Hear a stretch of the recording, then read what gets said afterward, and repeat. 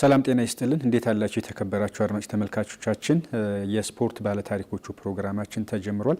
ዛሬ ማስተር አዲሱ ኡርጌሳ ከኛ ጋር ቆይታ ያደርጋል። ማስተር አዲሱ ኡርጌሳ በቅርቡ የዓለም አቀፉ ቴኳንዶ ፌዴሬሽን አባል ሆኖ ተመርጧል። ቀደም ሲልም የአፍሪካ ቴኳንዶ ዩኒየን የውድድር ኮሚቴ ሊቀመንበር በመሆን እየሰራ ነው የሚገኘው። አሁንም በዚህ ኃላፊነት አለ። ከዚህም በተጨማሪ በስፖርቱ ረጅም ዓመታትን እየሰራ የሚገኝ ባለሙያ ነው። በ2020 ቶኪዮ ኦሎምፒክ ኢትዮጵያ ለመጀመሪያ ጊዜ በወርልድ ቴኳንዶ በሰለሞን ቱፋ አማካኝነት ተሳትፎን ስታደርግ አሰልጣኝ የነበረ እሱ ነው። አጠቃላይ በቴኳንዶ ስፖርት የመጣበትን መንገድ ስኬቶቹን እንዲሁም ስለ ቀጣይ ሀሳቦቹም ነጥቦችን እያነሳን ቆይታ የምናደርግ ይሆናል። አድማጭ ተመልካቾቻችን አብራችሁ እንድትቆዩ ነው በአክብሮት የምንጋብዘው። ባዞ መኮንን ከመላው የስቱዲዮ ባለሙያዎች ጋር በጋራ በመሆን ፕሮግራሙን ወደ እናንተ አደርሳለሁ። የዚህ ፕሮግራም አጋራችን ደግሞ ኢትዮ ቴሌኮም ነው። መልእክቱን ሰምተን እንመለስ።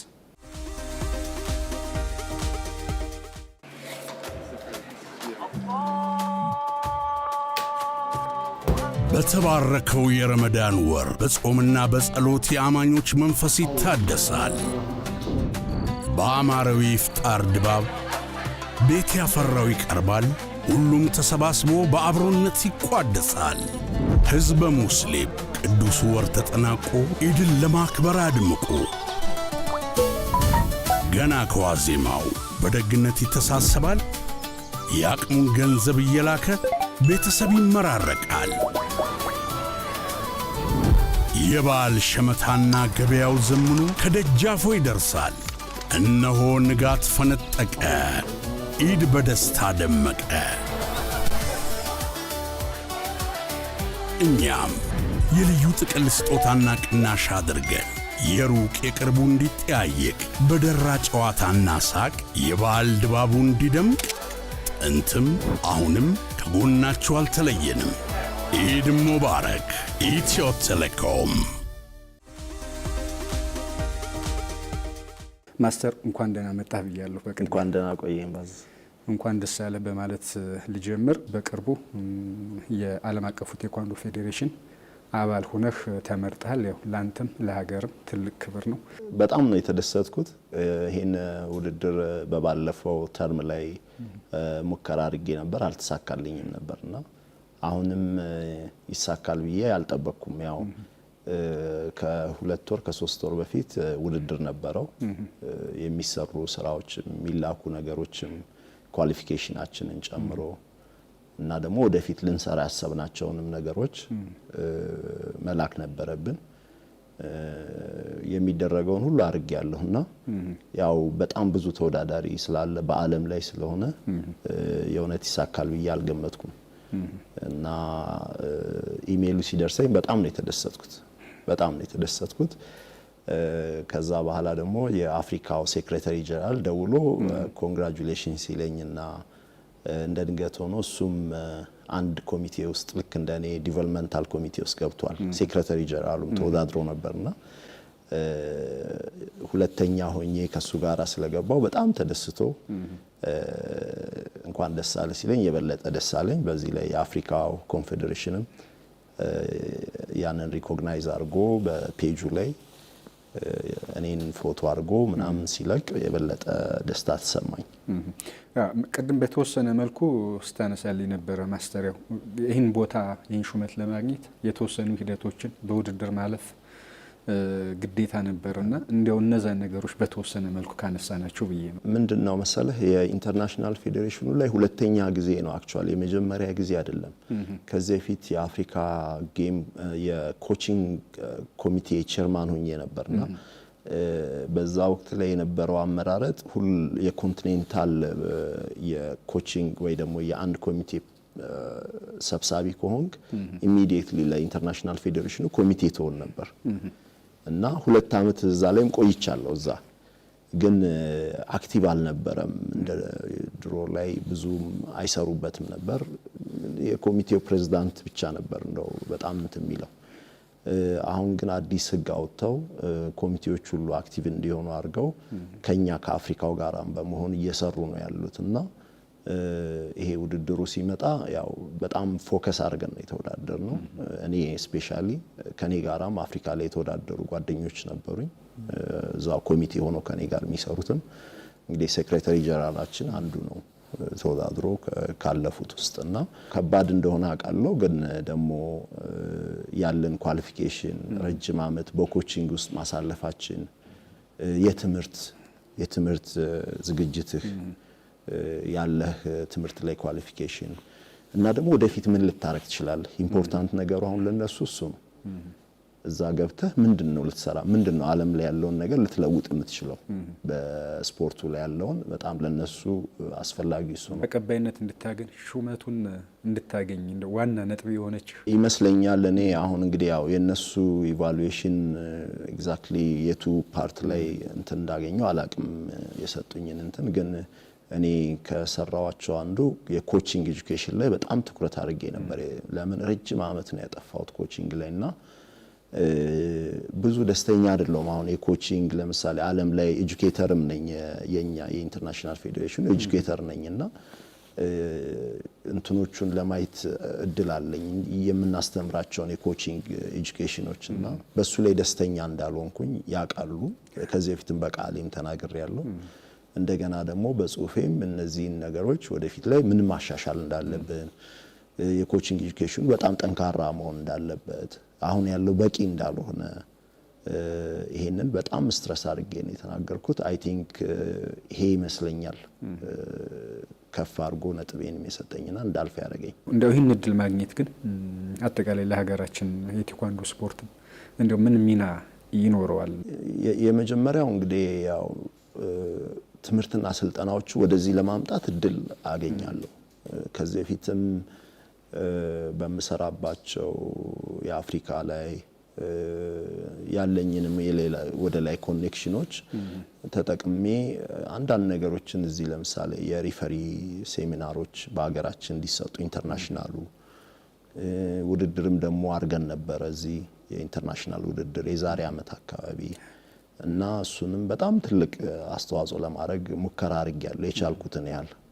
አሁንም እዚህ ኢንተርናሽናል ውስጥ መግባቴ ደግሞ ያው የበለጠ እንደነዚህ አይነት እድሎች ሲመጡ ወደ ሀገር ለማምጣት ኮቾቻችን ጥሩ ስልጠና ምክንያቱም ጥሩ ኮች ከሌለ ጥሩ ቲም ሊኖር አይችልም። የስፖርቱ መሰረት በእርግጥ አትሌት ነው ዋናው፣ ግን ኮች በጣም ኢምፖርታንት ነው።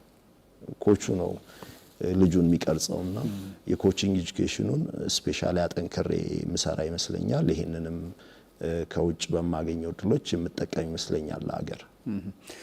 አያይዘን እናንሳው ብዬ ነው እንግዲህ የአፍሪካ ቴኳንዶ ኮንፌዴሬሽን ላይ የውድድር ኮሚቴ ሊቀመንበር ከሆንህ አመታት ተቆጥሯል አይደለ? ኦልሞስት ወደ 5ኛ ዓመት እየተጠጋ ነው። ያንን አያይዘን እናንሳው ብዬ ነው። ምን ይመስሉ ነበሩ እነዚህ 5 ዓመታቶች እዛ ላይ በነበረ ኃላፊነት? ወደ መጀመሪያው አካባቢ ላይ ትንሽ ከባድ ነበር። ለምን እኔ ረጅም ጊዜ ኮቺንግ ላይ ነው ያጠፋሁት። ከዚህ ከውድድሩ ወጣ ብሎ ከውድድር ጀርባ ያለውን ነገር አላቅም ነበር። የእውነት ለመናገር እዚህ ሀገር ውስጥ ውድድሮች እናደርጋለን። የምናደርገው ውድድር ግን ምንም አይነት ቴክኖሎጂ አንጠቀምም። ለምሳሌ ኦቪአር የሚባል አለ፣ አይቪአር የሚባል አለ። አይቪአር ልክ እንደናንተ ካሜራ ተጠምዶ እነዛ ካሜራዎች ጠቅላላውን የተቀረጸውን ነገር ወደኛ እንትን ይከታሉ። ህዝቡም ማየት ይችላል፣ ዳኞች ማየት ይችላሉ። እንደገና ደግሞ ኦቪአር የሚባል አለ። ይሄ ኦቪአር ደግሞ የመጡትን ውጤቶች ሁሉ ሰብስቦ እዛ ይዞ አፕዴት እያደረገ የሚሄድ ነው። ሁለቱም ቴክኖሎጂ በጣም ይፈልጋሉ፣ በጣም ኤክስፔንሲቭ ናቸው። እነዛን ነገሮች እጄ ወዳደርባቸዋለሁ። እኛ ሀገርም ስለሌሉ አላቆም ነበር አላቃቸው። ሌላው ያው የጌም ቼርማን ስትሆን ጌሙን በበላይነት የምትመራው አንተ ነህ እና ከካሜራ ጀምሮ ከውጤቱ ጀምሮ ከኪሎ ጀምሮ ከፕሪማች ከመምራት ጀምሮ እንዳለ ጨዋታውን ሙሉ በመቆጣጠር ቤስት ተጫዋች ቤስት ኮች መምረጥ ያንተ ድርሻ ነው። የመጨረሻው ሰው አንተ ነህ፣ ትልቁ ሰው አንተ ነህ። ከኔ በላይ ቴክኒካል ዳይሬክተሩ ነው ያለው። ሪፈሪ ቼሩ ሪፈሪዎችን ብቻ ነው የሚመራው እና ገና ስገባ የእውነት ከባድ ነበር እና ደግሞ ለቆ የሄደው ኢጂፕታዊ ነውና የግብፃዊ ሲሄድ ምንም ነገር አላስረከበንም ለኛ። እሱ ደግሞ የዓለም ላይ ጌም ቸርማን ሆኖ ነው የሚሰራውና ከኛ ጋር ባላቸው እንትን ምንም ትቶልኝ የሄደ ነገር ባለመኖሩ ከባድ ነበር። ከዜሮ ነገር ከዜሮ ኦልሞስት ከዜሮ ነው የጀመርነው። ግን ቀስ በቀስ እና ማአት ውድድር እያደረግን ሄድን። በአንድ አመት ላይ እስከ 9 ውድድር የሄድንባቸው ጊዜ አሉና ልምዱን እያገኘው ሲሄድ አሁን ኮምፎርታብል ሆኜ እየሰራሁ ነው ያለሁት። እንግዲህ ስትጀምር የነበረውን ሀስል ስላነሳልኝ አሁን እዛ አፍሪካ ኮንፌዴሬሽን ላይ የውድድር ኮሚቴ ሊቀመንበር ሆነህ እየሰራህ ነው። ዛሬ ላይ እንደው እዛ አካባቢ አንተ ያለህን ተቀባይነት አንተም እንደው ስሜት ምን ይመስላል እዛ ቦታ ላይ? በጣም ጥሩ ነው። ከቴክኒካል ዳይሬክተሩ ጋራ በጣም ጥሩ የስራ ግንኙነት እንደውም ጓደኝነት ምን ያለን። ሴክሬታሪ ጀነራሉ ልክ እንደ አለቃ ሳይሆን እንደ ጓደኛዬ ነው ማወራው። ምንም ነገር ዲስከስ አደርጋለሁ። ፕሬዝዳንቱ በጣም በአክብሮት ነው ሁልጊዜ የሚቀበሉኝ። እኔም በተቻለኝ መጠን በስራው ላይ የሚያስፈልገውን ነገር ሁሉ ተዘጋጅቼ ነው የሚሄደው። ብዙ ስህተቶች ያው ሊፈጠር ይችላል፣ ግን እስከዛሬ በማቀው ደረጃ ምንም አይነት ስህተቶች በውድድር ላይም መተውብኝ አያውቁም። አሁንም ለሶስተኛ ተርም እቀጥላለሁ ብዬ እገምታለሁ፣ ግን እርግጠኛ አይደለሁም። በቅርቡ ያልቃል ሁለተኛ ተርም? አዎ ኦልሞስት እያለቀ ነው። አሁን ወደ ሶስተኛ ተርም መሄጃ ጊዜ ነው። እንግዲህ ይሆናል ብዬ እጠብቃለሁ። መልካም እድል እንዲገጥም እንመኛለን። በዚሁ ማስተር እንግዲህ 4 ዓመት 5 ዓመት ቀላል አይደለም አይደለ? እዛ ኃላፊነት ላይ መስራት አንተ የአፍሪካ ቴኳንዶ ኮንፌዴሬሽን የውድድር ሊቀመንበር በመሆንህ እንደው ሀገራችንስ ምን አግኝታለች? ወደ ሀገራችን ይዛቸው የመጣቸው እድሎች ያደረካቸው ነገሮች አሉ ስፖርቱ ላይ? ወደ መጀመሪያው አካባቢ ላይ ያው ሁሉም ሰው ተደስቷል፣ ግን እንደ ድንገት ሆኖ ከፌዴሬሽን ጋር በነበረን ግንኙነት ትንሽ ቀርቦ ለመስራት እድሉ አልነበረንም። ስፔሻሊ ፌዴሬሽን ውስጥ የነበሩት ጻፊዎች ያው እንደ እንትኑ ነው የሚመሩት፣ እንደ ፍላጎታቸው ነው፣ እነሱ እንደሚቀርባቸው ነውና ትንሽ እያወክ ስትሄድ ትንሽ የመፍራት ጸባይ ያላቸው ይፈሩሃል አንተ መጠጋትና ትንሽ እንደ ማግለል ነገር አድርገው ነበር። ከፕሬዝዳንቱ ጋር ጥሩ ግንኙነት ነው ያለኝ እና ያው በተቻለኝ መጠን ለመርዳት ምናምን ሞክሬያለሁ፣ ግን ብዙ የምጠብቀውን ያህል አልረዳዋቸውም። እነሱም እኔን ለማስጠጋት እንደ ፍርሃት ነገር የኛ ሀገሩ ፌዴሬሽን የነበረው ጽህፈት ቤት እኔን ለማስጠጋት ትንሽ ፈርቶ ነበር። ምክንያታቸውን አላቅም። ያው ረጅም ዓመት ኤክስፒሪየንስ እና ምናምን ሲኖርህ እንደውም አስጠግተው አብረው ቢሰሩ ተጠቃሚ ነበሩ እና የነበረኝ ግንኙነት ትንሽ ስትሮንግ ባለመሆኑ ብዙም የምጠብቀውን ያህል አልረዳዋቸው።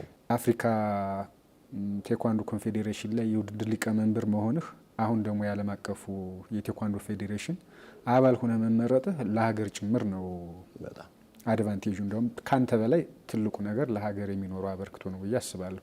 እነዚህን እድሎች እንደው እንደ ሀገር እድሉን ላይ የሚያገኙ ሰዎችን በማበረታታት በኩል እንዲሁም ደግሞ የተገኘውን እድል እንደው በአግባቡ ከመጠቀም አንጻር እንደ ሀገር የራስህን ሀሳብ ኮሜንትም ትንሽ ነገር እንድታነሳ ብዬ ነው ማስተር። ትንሽ ያስቸግራል። በእኔ ደረጃም ብቻ ሳይሆን ከኔ ተለቅ ባሉትም ለምሳሌ ኢትዮጵያዊ ዳግማዊት ግርማ የምትባል የአይኦሲ ሜምበር አለች። ብዙ ሰው የሚያውቅ አይመስለኝም። እቺ ልጅ የኢንተርናሽናል ኦሎምፒክ ኮሚቴ ላይፍ ታይም አባል ናት። በአሁኑ ሰዓት የፕሬዝዳንቷ ቀኝ እጅ ናት። ወደ 4 ነው ምናምን ኮሚቴ ውስጥ ነው ያለችበት። የኢንተርናሽናሉ የአይኦሲ ውስጥ አይኦሲ ሜምበር ናት። እኔ ኢትዮጵያ ውስጥ ብዙ ሰው የሚያውቃትም አይመስለኝም። እኔ ከሷ ጋር ጥሩ ግንኙነት አለኝና እጠይቃታለሁ፣ ለምንድን ነው ለምንድነው እንደዚህ ማታረጊው ለምንድነው ምናምን ስላት ብዙዎቹ አያቀርቧትም አያናግሯትም። በዚህ ምክንያት ራሷን አግላ ነው ያለችው። በእርግጠኝነት ከፍተኛ ቁጭትም ይኖራል። አዎ አላት። አሁን እንደውም የኛ የኢንተርናሽናል ፌዴሬሽኑ ካውንስል ሜምበር ሆናለች። በጣም ትልቅ ስልጣን ነው ያገኘችው የኛ ኢንተርኔት ቴኳንዶ ላይ ገብታ። ምክንያቱም እቺ ልጅ ቴኳንዶ ሰርታለች፣ ድሮ ቴኳንዶ ሰርታ ያለፈች ናትና በአሁን ሰዓት ትልቅ ባለስልጣን ናትና እየተጠቀምንባት አይደለም። ለምሳሌ እቺ ልጅ ኢቭን የስፖርት ፖሊሲ ሲቀረጽ አንዳንድ ሀሳቦች እንድትሰጥ ቢደረግ ብትጠራ በብዙ ነገሮች አገር ማገልገል ትችላለች። እና እኛ ሀገር ላይ ትንሽ የሌሎቹን አገሮች ያሉ እንደኔ የሚሰሩ ቼርማኖችን ሳይ ሀገራቸውን በጣም ሳፖርት ያደርጋሉ። አንተ ደግሞ የሀገርህ ልጅ መጥቶ ካላናገረህ ያለህበትን ቦታ ሪኮግናይዝ አድርጎ እንድትረዳው ካልጠየቀህ የሚያገልህ ከሆነ አንተም ደፍረ መሄድ ትፈራለህ። ለምን ያ ቦታ አፍሪካ ሙሉ ልታገለግልበት የመጣው ቦታ ነው እና እነሱ ቀርበው እነሱ የሚፈልጉትን ነገር ካላሉ እኔ ሄጄ እነሱን መቆስቆስ አልችልም። እና ያው አንዳንድ ጊዜ የእውነት ይሰማኛል። ደስተኛም ያልሆንኩባቸው እነሱ የመጡበት በጣም ብዙ ውድድር አለ።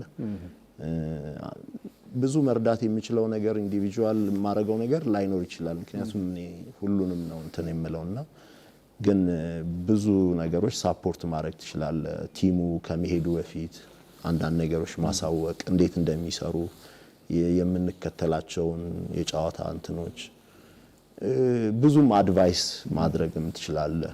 እና በዛ ረገድ ያው አሁን ጥሩ ነው። ለምሳሌ አንጎላ ላይ አሁን ጥሩ ግንኙነት ነበረን ከፕሬዝዳንቱም ጋር ብዙ ስራዎችን ሰራን። የአፍሪካውም ላይ በቅርቡ ስላገኘው የኃላፊነትም ዓለም አቀፉ ላይ እሱን በተመለከተ ነጥቦችን ለማንሳት ሞክረናል ማስተርና እስኪ ወደ ኋላ እንመለስና ቴኳንዶ ስፖርት ላይ ረጅም ጊዜ ቆየ መሰል አይደለ? ስንት አመት?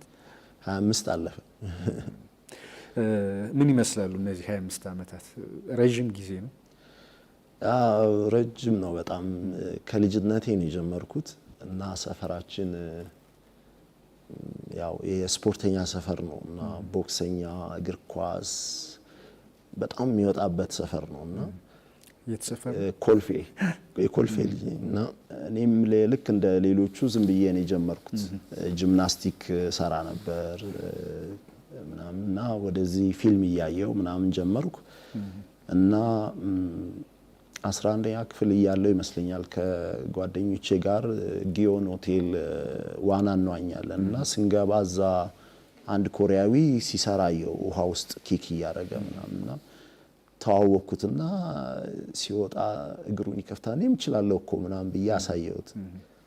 ከዛ ያው እሱም ተደነቀ፣ ተዋወቅን እና ኢትዮጵያ ውስጥ የመጀመሪያ ቴኳንዶ ትምህርት ቤቱን ሲከፍት ያ ሰውዬ እኔና አለኝ። የዛኔ በጣም ህፃን ነኝ፣ ያው ተማሪ ነበርኩም። ከሱ ጋራ ጀመርኩ። ሳላቀው ነው አስተማሪ የሆንኩት። እሱ ወደ አገሩ ተመልሶ ሄደ። አክቹአሊ አገሩ ሳይሆን ሳውዲ አረቢያ ትምህርት ቤት አለውና ትምህርት ቤት ሄደ። በዛ ሰዓት ልጆቹን ማስተማር የነበሩትን መቀጠል ነበረብኝ። ላንተ ሰጡ ሄደ። እና እኔም ያው ቶሎ ይመጣል ብዬ ያው የምችለውን ያህል ማድረግ እንትን ነበረብኝና በዛው ተጀመረ። አስተማሪ ለመሆን ብዙም ፍላጎት አልነበረኝም። እኔ ሐኪም መሆን ዶክተር መሆን ነው ፈልጌ የነበረውና ያው ሳላቀው ገባው፣ በዛው ይዞኝ ሄደ ማለት ነው። ምናልባት ማስተር እንግዲህ ቶሎ ነው ወደ ማሰልጠንም እንደገባ ያነሳልኝና ቅድም ያነሳቸው ኮሪያዊ በዚህ ስፖርት እንድትቀጥል ዋና መሰረት መነሻ ሆነዋል። እንደው በተወዳዳሪነት የምታስታውሳቸው የተሳተፉባቸው ውድድሮች ነበሩ? በእኛ ሀገር ላይ ዛኔ ውድድር አልነበረም። ውድድር በእኛ ደረጃ ላይ ያለ የለም። ግን ባይገርምህ ይሄ አስተማሪ አሁንም የኢንተርናሽናል ቱኮንግ ሙስል ፌዴሬሽን ፕሬዝዳንት ነው። ናይንዝዳን ነው። አሁንም ኮሪያ ነው ያለው። አሁን ድረስ ሲሄድ ኮሪያም እሱ ጋር ነው ማርፈው። በጣም ግንኙነታችን አሁንም በጣም ጥሩ ነው። ኮሪያ የመጀመሪያ የሄድኩ ጊዜ አይ ቲንክ 1920 ዓመት ወይ ምናምን ይሆነኛል ይመስለኛል 20 እንደዚህና እዛ ዩኒቨርሲቲ ነው የወሰደኝ። እሱ ነው ዩኒቨርሲቲ ውስጥ ነው ወስዶ ያስገባኝና ኮሪያ ዩኒቨርሲቲ ኦፍ ፊዚካል ኤጁኬሽን በጣም ትልቅ የቴኳንዶ የስፖርት ዩኒቨርሲቲ ነው፣ ግን ቴኳንዶ ስትሮንግ ከሚባሉ ሰውል ከተማ ላይ ያለ ትልቅ ዩኒቨርሲቲ ነው የወሰደኝ። እሱ ነው ወስዶ እዛ ያስገባኝ። እዛም ለ2 ዓመት ነው የቆየሁት እና ዩኒቨርሲቲ ውስጥ እና የፎሪነሮች ውድድር አለ፣ ፎሪን የሆኑ ተማሪዎች አሉና በእነሱ ጋር በሚደረገው ውድድር እወዳደር ነበር እንጂ በትልቅ ደረጃ በአገር ደረጃ ምናምን የዛኔ ውድድርም አልነበረን እኛ ሀገር ላይና ሞር ስልጠናው ላይ ትኩረት አድርጌ ነበር የሰራሁት። እንግዲህ በጣም ረጅም ጊዜ ነው አይደለ? ወደ 25 ዓመት የሚጠጋ ጊዜ በዚህ ስፖርት ላይ። ግን እንደው እነዚህ 25 ዓመታት ስፖርቱ ላይ የነበረን ኮንትሪቢዩሽን እንዴት ትገልጸዋለህ? እንግዲህ በመጀመሪያ ሀገራችን ላይ ውድድር ነው የጀመርነው። ውድድር ስንጀምር የቴኳንዶ ውድድሮችን በጣም ከትንሹ ነው የጀመርነው። ከከለር ቤልቶች በማወዳደር ነው የጀመርነው። የዛኔ አልነበረምና ከዛ እያሳደግነው ነው። አሁን በብላክ ቤልት ደረጃ ብቻ ነው ውድድር ያለው እኛ ሀገር ላይ። ከዛ በኋላ ለሁለተኛ ጊዜ ኮሪያ ተመልሼ ሄድኩ። እኔ ሲሄድ ኢትዮጵያ የዛኔ በኢንተርናሽናል ፌዴሬሽን አልተመዘገበችም፣ የለንም ነበር። እዚህ ዝም ብለን አደራጅ ኮሚቴ በሚባል መጀመሪያ ማርሻል አርት በሚባል ሁሉም ስፖርቶች አንድ ላይ ነበሩ። ከዛ ኋላ ተነጥለን ወጣንና የወርልድ ቴኳንዶ አደራጅ ኮሚቴ ተብሎ ተቀምጧል። ፌዴሬሽንም አይደለም ኢንተርናሽናሉም ጋር ግንኙነት አልነበረውም እና እኔ ነኝ መጀመሪያ ያስመዘገብኳት $500 ከፍዬ ነው ያስመዘገብኩት። 2002 ላይ ያስመዘገብኩ። ከዛ በኋላ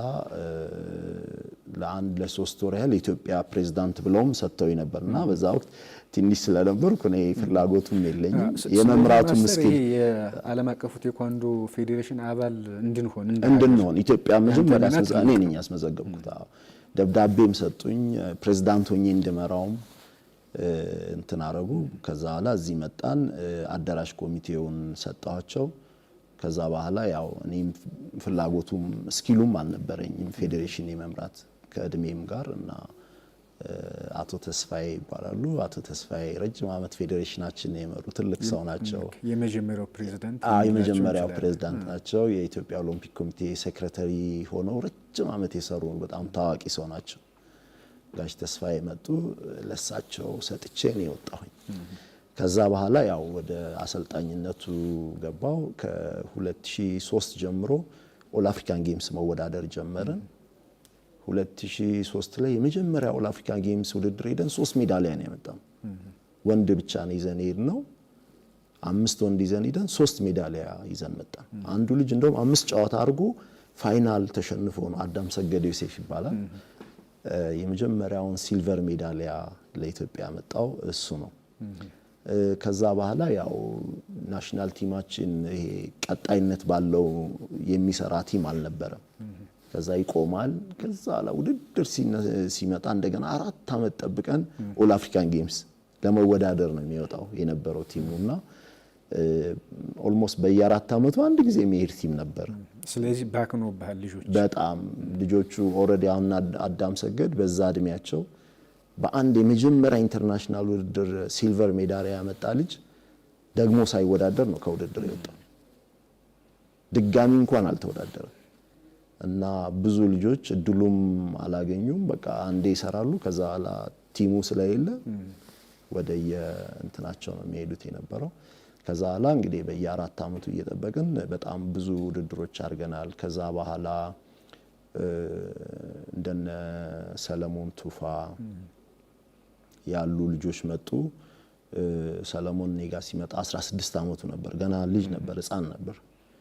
ከጁኒየር ውድድር ነው የጀመርነውና ቦትስዋና ላይ 6 ልጆች ይዘን ሄደን 5 ወርቅ ነው ይዘን የመጣ ኦል አፍሪካ የጁኒየር የዩዝ ኦሎምፒክ ይባላል። የአፍሪካ ዩዝ የወጣቶች ኦሎምፒክ ነው የሚባለው እና ከ6 ልጆች ወስደን 5 ወርቅ ነው ይዘን የመጣ ነው። የዛ ወቅት ላይ በጣም በቃ ደረጃችንን ከፍ አደረግን። ከዛ ወዲህ በጣም ረጅም ጊዜ ከሰለሞን ጋር አብረን ነው 8 ዓመት ያህል ነው የቆየ ነው። ሞሮኮ ላይ በአንድ ጊዜ 2 ውድድር አድርጎ 2 ወርቅ ያገኘበት የአፍሪካ ኮከብ ተጫዋች ተብሎ የተሰየመበት እንደገና ደግሞ ሃማሜት ላይ የወርልድ ቻምፒዮንሺፕ የጁኒየር ላይ የኛ ቲም ቤስት ቲም ተብሎ የተሸለመበት እንደገና ሰለሞን ቱርክ ላይ 2 ጨዋታ ተከታታይ አድርገን 2ቱን ሜዳሊያ ያመጣንበት ፖላንድ ላይ ሂደን ሜዳሊያ ያመጣንበት ትልልቅ ጨዋታዎች ትልልቅ ኢንተርናሽናል ጨዋታዎች አድርገናል። ከዛ በኋላ ያው መሀል ላይ እንደነ ናርዶስ ሲሳይ መተው ኦል አፍሪካን ጌምስ ወርቅ ሜዳሊያ እንደነ ታሪኩ የእውነት ኦሎምፒክ መድረስ የነበረበት ልጅ ነበር እሱምና እንደነዚህ አይነት ልጆች መሀል ላይ መጥተዋልና ብዙ ሻምፒዮኖች ወጥተዋል። ብዙ ሜዳሊያ ያገኙ ልጆች ጁኒየር ላይም ሲኒየር ላይም በእውነት እንትና ደረጃችን በጣም ከፍ ያለ ነበር አፍሪካ ላይ። በእርግጥ እነ ኢጂፕት እና ሞሮኮ ከኛ የተሻለ ፋሲሊቲም ፋይናንስም አቅም ስላላቸው ስትሮንግ ናቸው። ግን እኛ አፍሪካ ላይ የነበረን ደረጃ በጣም ትልቅ ነበር። እንደው የኦሎምፒኩን እናነሳዋለን ብዬ ነው። በአሰልጣኝነቱ እስካሁን በመጣበት መንገድ ደስተኛ ነህ? የምፈልገውን ነገር አድርጌያለሁ ብለህ ታስባለህ? አላረኩም። በጣም ኦሎምፒክ ለማለፍ በጣም ብዙ ሙከራ አድርጌያለሁ እና እኛ ሀገር የነበረው የስፖርት ሲስተም እንዳልኩ ነው። አንድ ጊዜ ኦል አፍሪካን ጌምስ እንሄዳለን፣ ከዛ 4 ዓመት ነው የምንጠብቀው። አቶ ዳዊት ፕሬዝዳንት ሆኖ ከመጣ በኋላ ለ4 ዓመት ሳናቋርጥ ትሬኒንግ ያዘ። በዛ ወቅት ላይ ነው ሰለሞን በጣም ብዙ ውጤቶችን ያመጣው፣ ታሪኩ ናርዶስ እና ከዛ በኋላ ልክ ደግሞ ሲቆም በቃ ይጠፋልና መሀል ላይ ብዙ የባከኑ ጊዜዎች አሉ።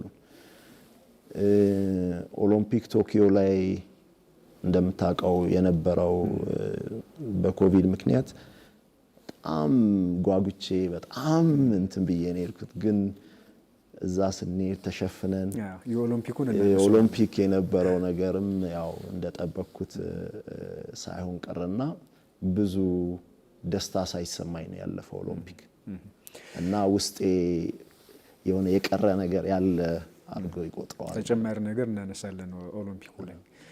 የተከበራችሁ አድማጭ ተመልካቾቻችን እየተከታተላችሁት የምትገኙት የስፖርት ባለታሪኮቹ ፕሮግራማችንን ነው። በዛሬ ፕሮግራማችን ደግሞ ማስተር አዲሱ ኡርጌሳ ከኛ ጋር ቆይታ እያደረገን ነው። በወርልድ ቴኳንዶ ስፖርት ለ25 ዓመታት የሚጠጋ ጊዜ በስፖርቱ ላይ ያለ ሰው ነው። ስላለፈበት መንገድ እያነሳን ነው። ቆይታችን አሁን ይቀጥላል። አብራችሁን ቆዩ። የዚህ ፕሮግራም አጋራችን ኢትዮ ቴሌኮም ነው። መልእክቱን ሰምተን እንመለስ።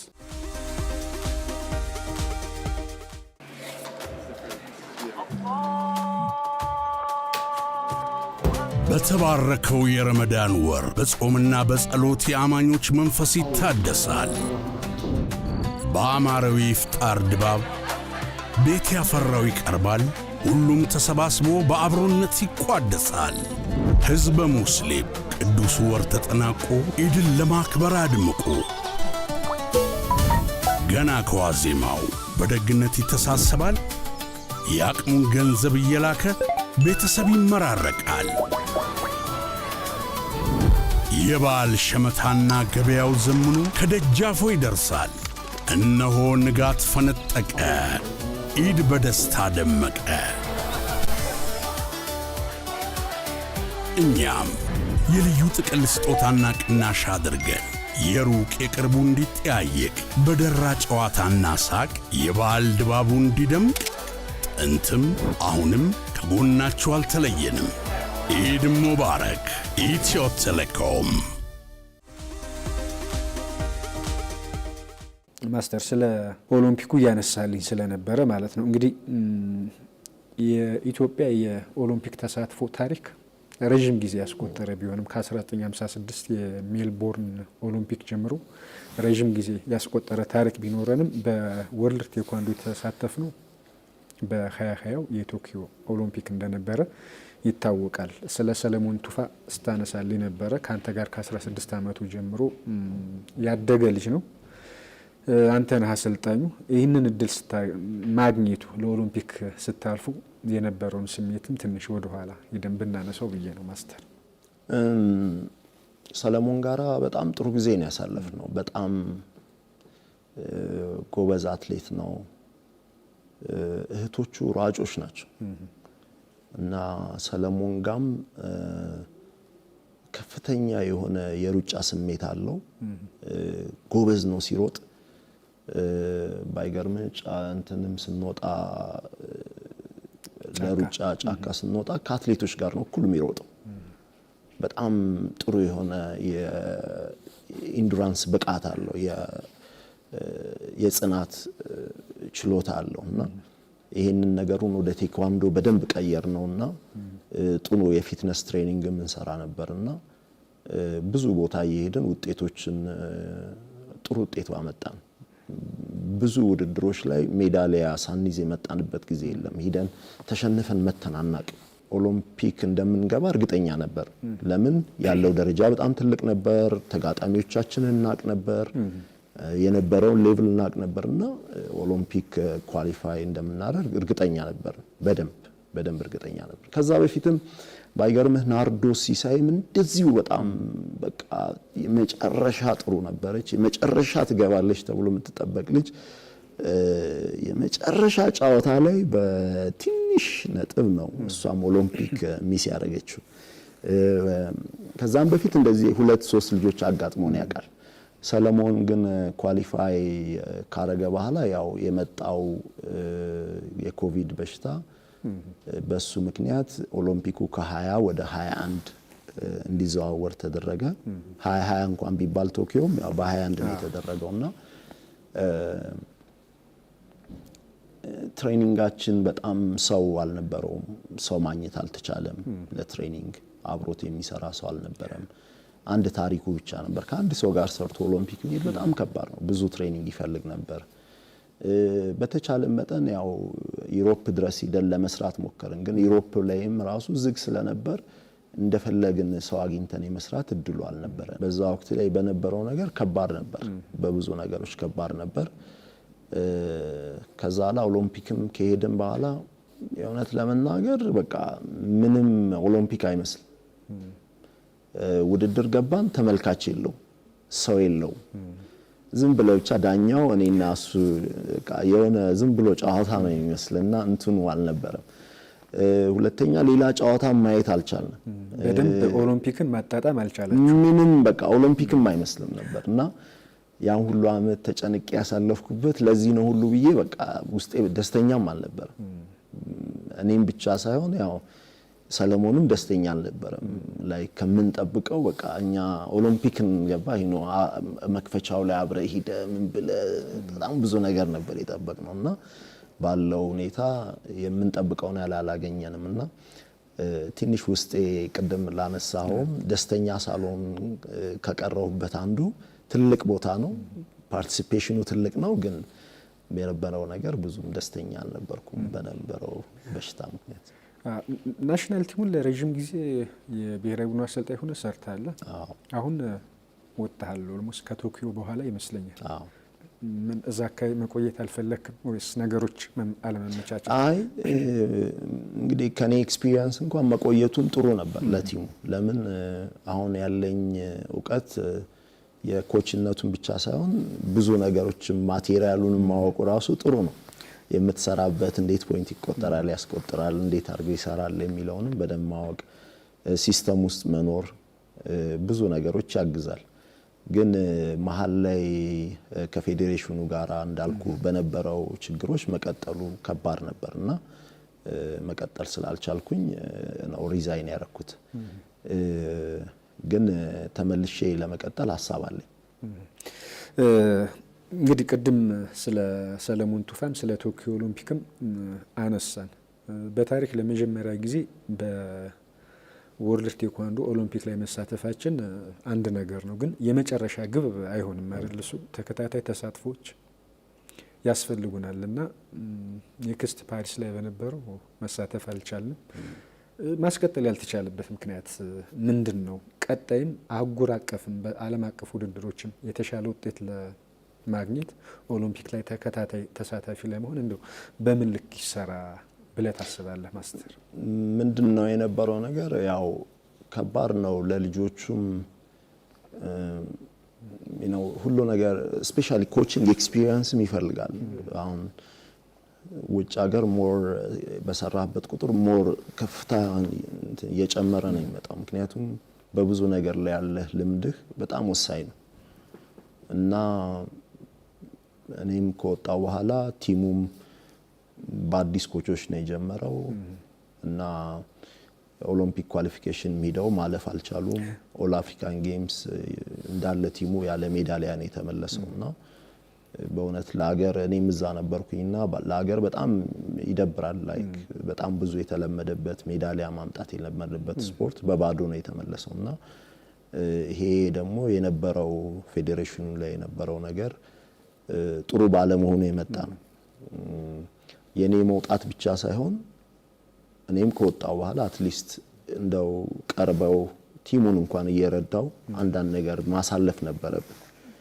ያንን እድል ባለማግኘታችን ቲሙም እንደዛ በባዶ እንዲመለስ ሆነ። ፓሪስም አለፈ። እንግዲህ ከዛ በኋላ የዛሬ አመት አካባቢ እዚህ ኢትዮጵያ ውስጥ ውድድር ጀምረናል። ጥሩ ነው አሁን ያለውም ነገር። ወደፊት ደግሞ የበለጠ ጥሩ ይሆናል ብዬ ገምታለሁ። እኔም የተቻለኝን ያህል አስተዋጽኦ ለማድረግ እሞክራለሁ። ወደ ኋላ አልልም። ለምን ስፖርቱ ላይ ነው አሁንም ያለሁት።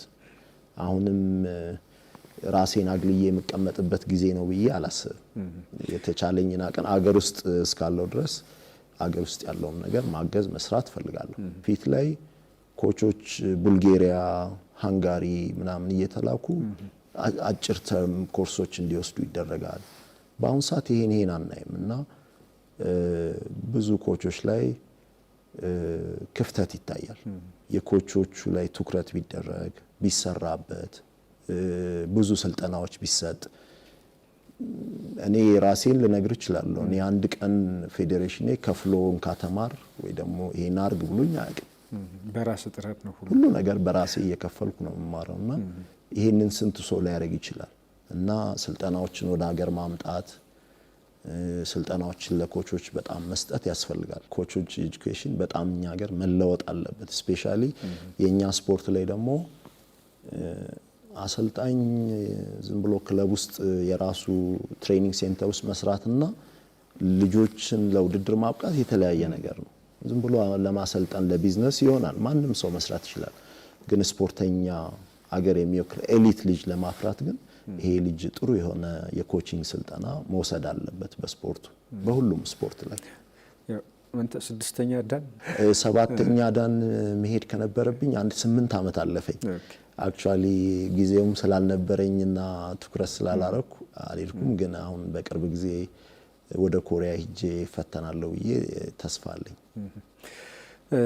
ያው እንግዲህ ወደ ማጠቃለሉም እየሄድን ነው ማስተርና ዓለም አቀፉ ቴኳንዶ ፌዴሬሽን አባል ሆነህ ተመርጠሃል።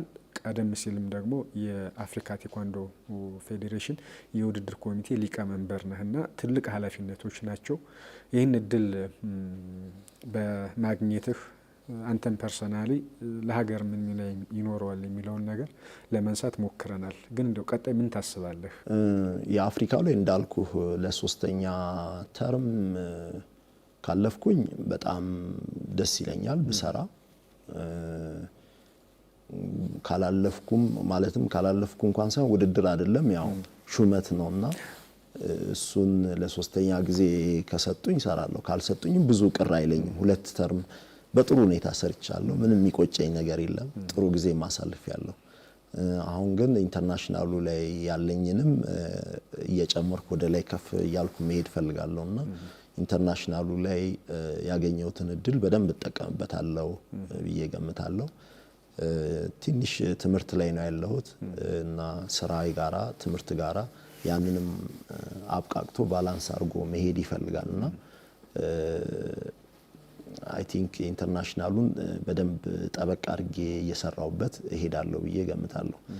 በአገር ውስጥ ደረጃ ያው አገር ውስጥ እያለህ ብዙ ኢንተርናሽናል ስራዎች ሁልጊዜ በየቀኑ የምትሰራቸው አይደሉም። በተወሰነ ጊዜ ትሄዳለህ፣ ሰርተህ ትመለሳለህ እና እዚህ አገር ውስጥ ብዙ ጊዜን ግን ከተቻልኩኝ በማሰልጠን ካልቻልኩኝ ደግሞ የኮቾችን በማሰልጠን ኤጁኬሽን ላይ አይ ቲንክ ፎከስ አድርጌ ያሳልፋለሁ ብዬ ገምታለሁ። የመጨረሻ ግብህ እንደው በቀሪ ጊዜ ማሳካት የምትፈልገው ቴኳንዶ ላይ ምን ሊሆን ይችላል? የመጨረሻ ግብህ እንዳልኩ ነው። ኦሎምፒክ ቁጭት አለኝ። ኦሎምፒክ የሄድኩበትን እንደ ኦሎምፒክ እንደሄድኩበት መቁጠር በጣም ነው እንትን የሚለኝ። እንትኑ አልነበረኝ ያ የኦሎምፒክ እንትን ውስጤ የለም። በቃ ጭር ያባለ ምንም እንትን በሌለው ነው። መክፈቻ ላይ እንኳን አልሄድኩም እና አንድ ኦሎምፒክ አንድ ሴት አንድ ወንድ አሳልፌ ድጋሚ ኦሎምፒክ የመሄድ በጣም ተስፋ አለኝ። ይህንንም አንድ ጊዜ ባረገውና ባበቃ በጣም ደስ ይለኛል እድሉ ከተገኘ። እድሉ ካልተገኘ ግን እንዳልኩ የሚያበቁ ኮቾችን እያፈራው ብሄድ ደስ ይለኛል። ህልምህ እንዲሳካ እመኛለሁ። በጣም አመሰግናለሁ ማስተር አክብረን ስለመጣህ ለነበረን ጊዜ በጣም አመሰግናለሁ። የተከበራችሁ አድማጭ ተመልካቾቻችን የዛሬ የስፖርት ባለታሪኮቹ ፕሮግራማችን የተከታተላችሁትን ይመስላል። እንግዲህ በዛሬ ቆይታችን ማስተር አዲሱ ኡርጌሳ ከኛ ጋር ቆይታ አድርጓል። ስለ አለፈበት ስፖርቱ ላይ ስለሰራቸው ነገሮች፣ ስለ ቀጣይ እቅዶቹ ሀሳቦችን ለማንሳት ሞክረናል። አብራችሁን ስለነበራችሁ እናመሰግናለን። የዚህ ፕሮግራም አጋራችን ኢትዮ ቴሌኮም ነው። ጤና ይስጥልን።